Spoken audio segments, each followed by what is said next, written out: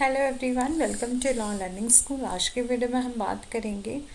कि एक पत्नी को कब मेंटेनेंस जो है वो नहीं मिलेगा और हस्बैंड के पास कौन कौन से ग्राउंड है, यदि वो प्रूव हो जाते हैं तो वो जो है वो लायबल नहीं होगा मेंटेनेंस देने के लिए। इसमें हम ग्राउंड डिस्कस करेंगे, जिसमें फर्स्ट ग्राउंड है यदि वाइफ जो है living separately without sufficient cause, और second one is the wife living in adultery and professionally qualified wife capable of earning separated by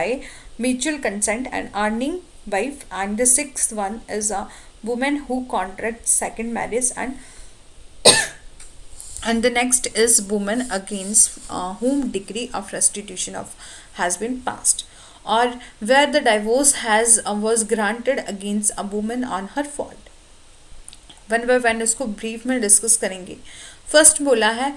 wife living separately without sufficient cause. यदि wife जो है वो अलग रहने लग जाए बिना किसी रीज़न के, मतलब वो चाहे या तो किराए का मकान लेके रह रही है या वो अपने पेरेंट्स के साथ रह रही है, बट वो बिना किसी रीज़न के अपने पति का घर छोड़कर चली गई है, उसका साथ छोड़कर चली गई है, तो इस ग्राउंड पर जो है यदि ये प्रूफ हो जाता है तो एक पर्सन जो है वो लायबल नहीं होता अपनी वाइफ को मेंटेनेंस देने के लिए। ये ग्राउंड जो है बहुत ही सिंपल है, और यदि क्रॉस एग्जामिनेशन में ये जो है वो प्रूफ हो जाए कि जो वाइफ है वो बिना किसी रीज़न के अपने पति को छोड़कर गई है और वो अलग रहने लग पड़ी है, तो उसको जो है मेंटेनेंस देने की जो है वो लायबिलिटी नहीं बनती। एक केस है Shrimati Teja Bai and Chindu Amro, Jabalpur high court का एक केस है, जिसमें एक वाइफ ने अपनी क्रॉस एग्जामिनेशन में एडमिट किया था कि जब उसके हस्बैंड जो है वो काम नहीं कर रहे थे और बीमारी की हालत में थे, तो उसने जो है अपने पति का घर छोड़कर वो अपने पिता के घर में रहने चली गई थी अपने बच्चे को लेकर, और वो उसके साथ रहने के लिए तैयार नहीं थी उस टाइम, और उसके बाद वो उसे छोड़कर चली गई परमानेंटली। और उसने बोला कि वो बिना किसी रीज़न के मतलब बिना किसी रीज़न के रिस्पोंडेंट मतलब उसके हस्बैंड को छोड़कर चली गई है without any sufficient cause. Then therefore the learner court ने हेल्ड किया कि यदि वो बिना किसी कॉज की यदि वो अलग रह रही है, हस्बैंड ले जाने के लिए तैयार है लेकिन जो वाइफ है वो जाना ही नहीं चाहती, तो इस केस में जो मेंटेनेंस है वो उसे नहीं मिलेगा, और एक मेल पर्सन, एक पति जो है वो लायबल नहीं होगा अपनी पत्नी को मेंटेनेंस देने के लिए। एंड द सेकंड वन क्या है कि वाइफ लिविंग इन अडल्ट्री, यदि वो अडल्ट्री में है, यदि ऐसा प्रूफ हो जाए, एक हस्बैंड जो है वो प्रूफ कर दे कोर्ट में कि जो उसकी वाइफ है अडल्ट्री में रह रही है, मतलब किसी और इंसान के साथ सेक्सुअल रिलेशन में रह रही है, तब जो है वो एंटाइटल नहीं लायबल नहीं है मेंटेनेंस देने के लिए, और जो वो वाइफ है वो एंटाइटल नहीं है मेंटेनेंस क्लेम करने के लिए। ठीक है, बट इंटरेस्टिंग थिंग क्या है कि ये जो ग्राउंड है वो एप्लीकेबल नहीं होगा डाइवोर्स वाइफ के साथ। ठीक है, एंड द नेक्स्ट है प्रोफेशनली क्वालिफाइड वाइफ। एक यदि उस पर्सन की जो वाइफ है वो प्रोफेशनली क्वालिफाई है और कैपेबल ऑफ अर्निंग है, देन वो पर्सन जो है वो मेंटेनेंस देने के लिए लायबल नहीं होगा। बोला है यदि वाइफ जो है कैपेबल है अर्निंग करने के लिए और वेल क्वालिफाइड है, she is not entitled for maintenance, then वो एंटाइटल नहीं है मेंटेनेंस के लिए। एक केस था जिसमें पद्मा शर्मा वर्सेस रतनलाल शर्मा का एक केस है, जिसमें एक केस चला तो ऐसा पाया गया कि जो उसकी पत्नी थी उस पर्सन की, वो सैलरी लेती थी 3100 रुपीज़ पर मंथ, एंड जो हस्बैंड है वो उसको मिलती थी सैलरी 5850। तो उसमें कोर्ट ने ऐसा ऑब्जर्व किया कि जो हस्बैंड और वाइफ हैं दोनों ही कमाते हैं, और टाइम टू टाइम उनकी प्रमोशन होती रहती है, उनकी सैलरी जो है वो बढ़ती रहती है। इसलिए जो यदि जो वाइफ है वो अच्छा उसके साथ साथ उतना ही कमा रही है, तो जो एक पर्सन होगा उसकी कोई लाइबिलिटी नहीं होगी उसको मेंटेनेंस देने के लिए। बट यदि बात आती है एक अपनी जैसे उसका उनका कोई बेबी है, मतलब एक चिल्ड्रन है, उनका चाइल्ड है, देन वो इंटाइटल है अ, अपने पिता से मेंटेनेंस लेने के लिए। ठीक है, तो वो खुद नहीं ले सकती लेकिन अपने बच्चे को दिलवा सकती है यदि ऐसा है तो। एक अनदर केस है जिसमें एक लड़की होती है, वो कैपेबल होती है, उसने शायद डॉक्टर थी वो पहले, अपना क्लिनिक उसने ओपन किया था, लेकिन जब उसका केस चला तो वो क्लिनिक वगैरह उसने बंद कर दिया था। तो कोर्ट ने हेल्ड किया था कि यदि आप कैपेबल हैं अर्निंग करने के लिए और वेल क्वालिफाई हैं और आप वर्क कर सकते हैं एज अ डॉक्टर, यदि आप प्रायर मैरिज कर रहे थे तो बाद में भी कोई डिफ़िकल्टी नहीं है अपने प्रोफेशन को कंटिन्यू करने के लिए, देन कोर्ट ने हेल्ड किया कि जो वाइफ है वो इंटाइटल नहीं है यदि वो अच्छा कमा रही है, और कमा नहीं भी रही है यदि उसने अच्छी पढ़ाई करी है, वो वेल क्वालिफाई है, कमाने के लिए वो कमा सकती है, तब वो मेंटेनेंस क्लेम नहीं कर सकती, वो एंटाइटल नहीं है मेंटेनेंस लेने के लिए। ठीक है, और यदि हस्बैंड प्रूव कर दे मतलब यदि जो हस्बैंड है वो प्रूव कर दे कि जो पत्नी है वो अच्छी कमाती है और पहले कमा रही थी बाद में नहीं कमा रही है, वो हो सकता है उसका कारण क्या है कि वो उसको तंग करना चाहती है, यदि वो मेंटेनेंस लेने के लिए वो उसने अपनी जॉब छोड़ दी है, तब जो है कोर्ट हेल्ड तब जो है कोर्ट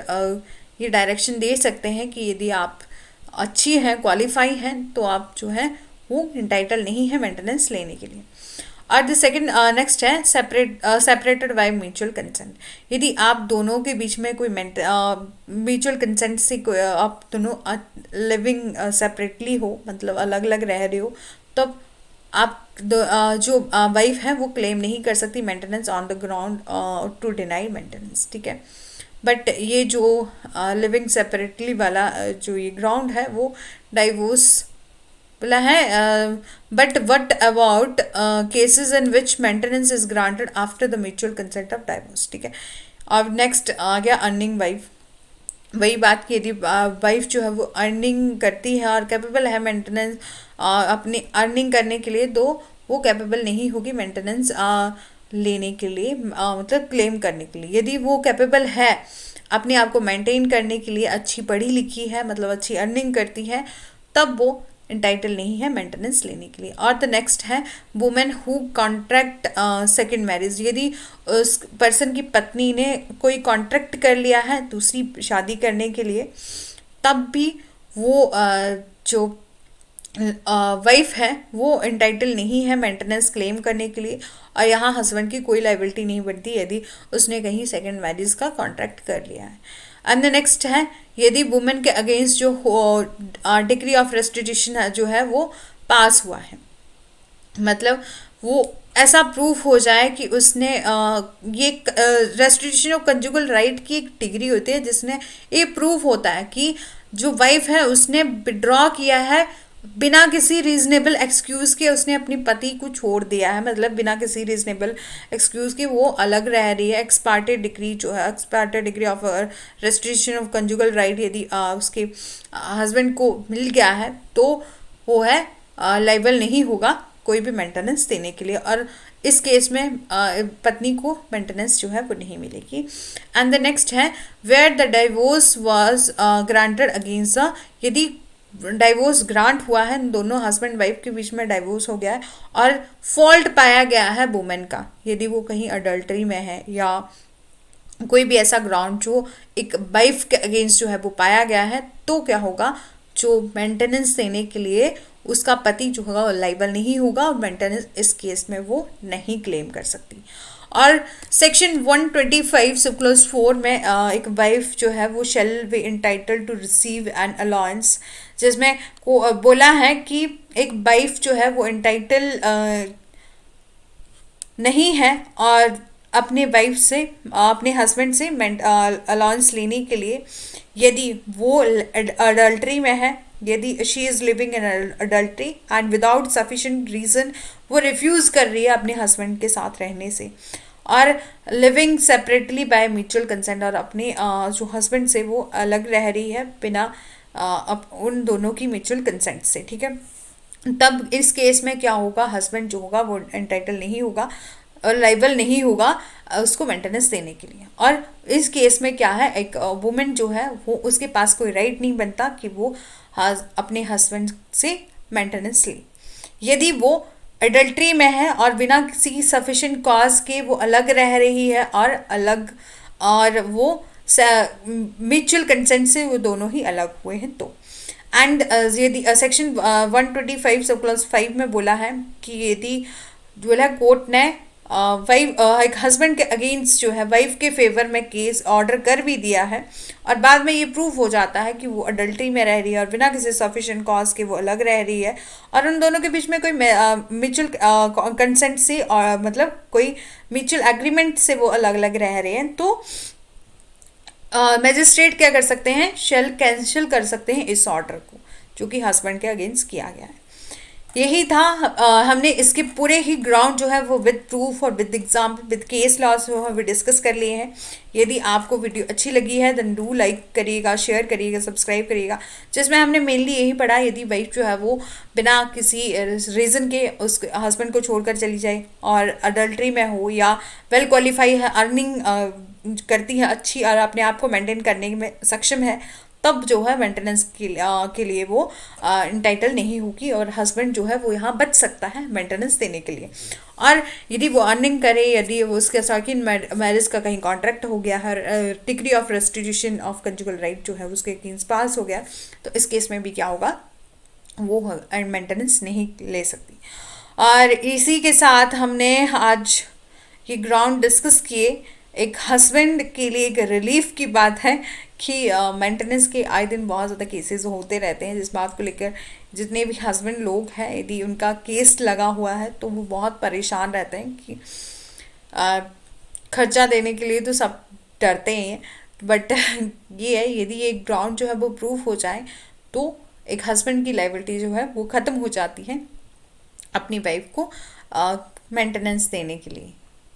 इसके साथ मैं आपको बताते चलूँ कि मेरा ये लॉ लर्निंग स्कूल एक चैनल है, मैं लीगल कंसेप्ट जो है वो यहाँ लेकर आती रहती हूँ, लीगल अपडेट जो है वो लेकर आती रहती हूँ। बाकी सब्जेक्ट वाइज मैंने ये प्लेलिस्ट बनाई है जिसमें Indian penal code, Indian contract act और कॉन्स्टिट्यूशन लॉ की मैंने एक